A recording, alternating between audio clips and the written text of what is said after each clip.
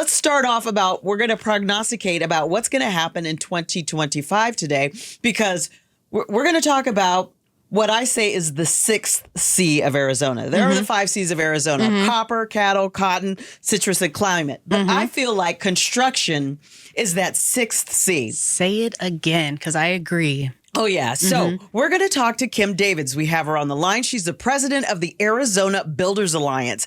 Kim, are you there? Do we have you? Have you called in? I am here. Thank you for having me. Thank you so much for joining us. Now, the Arizona Builders Alliance, you are an association of general contractors that do industrial buildings here in Arizona. And over the past few years, I have seen just building after building go up, especially in Goodyear and the Buckeye area. But for 2025, what do you see for commercial construction in Arizona?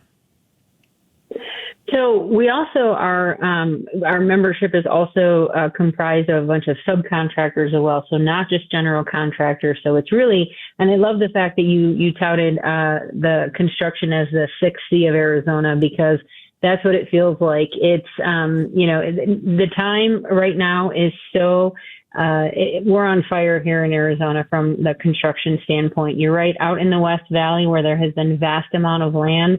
That's just where it's been booming from industrial and commercial and housing. So where those areas are growing from the industrial standpoint, housing also has to get infilled to supplement the jobs as well. So for 2025, it's just going to continue to expand. I mean, we've been focusing a lot within the valley, but out in the East Valley and the Western and even down south to bridge the gap between Phoenix and Tucson, it's just going to continue to grow.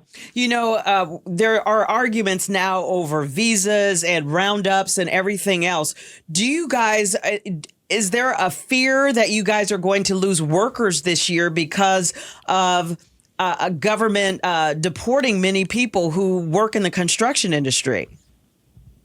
I mean, the focus from years ago and E-Verify, I mean, there's everyone who is working for the membership and the states, they're here legally. They're not here, undocumented. Everybody has a right to work. They're W-2s. That's not going to be an issue for the membership within the Arizona Builders Alliance. Well, that's good to know, because it looks like we're going to have a continued boom of commercial buildings. What do you foresee for the Central Phoenix corridor, and for those people who are just visiting Phoenix and they may be going back to Pine, they may be going back to the Tucson area? Are we going to see the same types of growth everywhere, or is it going to be concentrated in Phoenix?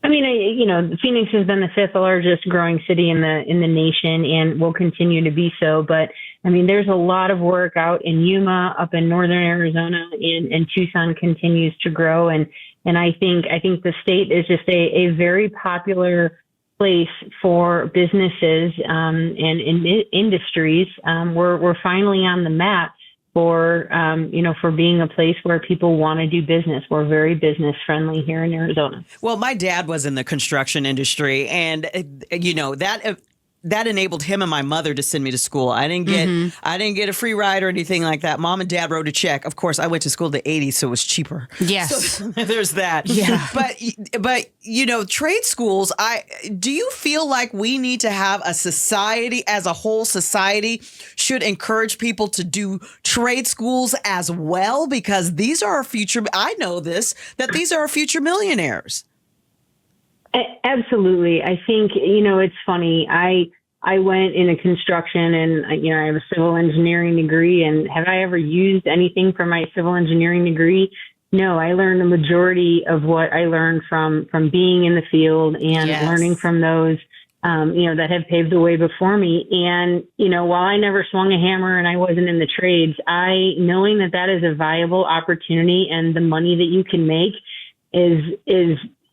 it's impressive. And, workforce development is something that we focus on at the Arizona Builders Alliance. And we're seeing our members struggle trying to backfill. No, let's just be honest. People think construction is blue collar. It's not blue collar anymore.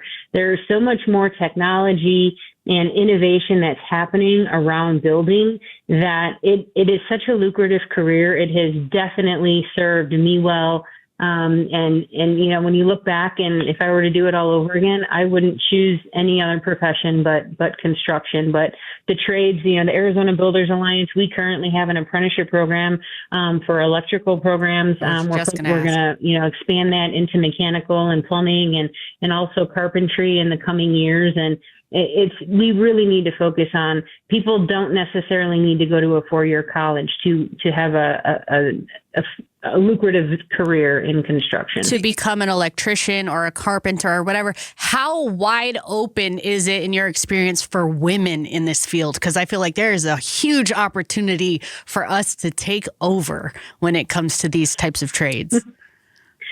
The companies there really is a focus on trying to get more women in the trades. And kind of to the point where, I think a lot of it starts when we're younger. I think, showing and proving that, one, construction is no longer blue collar, that two, that it's not, it's getting into the schools and it's getting to the parents to let them know that it's education and awareness, but also that it's not just a man's job anymore, that it's a very safe and a very welcoming and, again, an exciting opportunity for women as well. Well, I want to point out that she is the president of the ABA. What's interesting is I looked at your board, and your board is predominantly white males, but you are the president, which means there's space at the top, there's space at the middle, and it's space at the bottom. There's space all over construction because my dad was an electrician. I worked at the electrician school right out of college. I think about it every other day.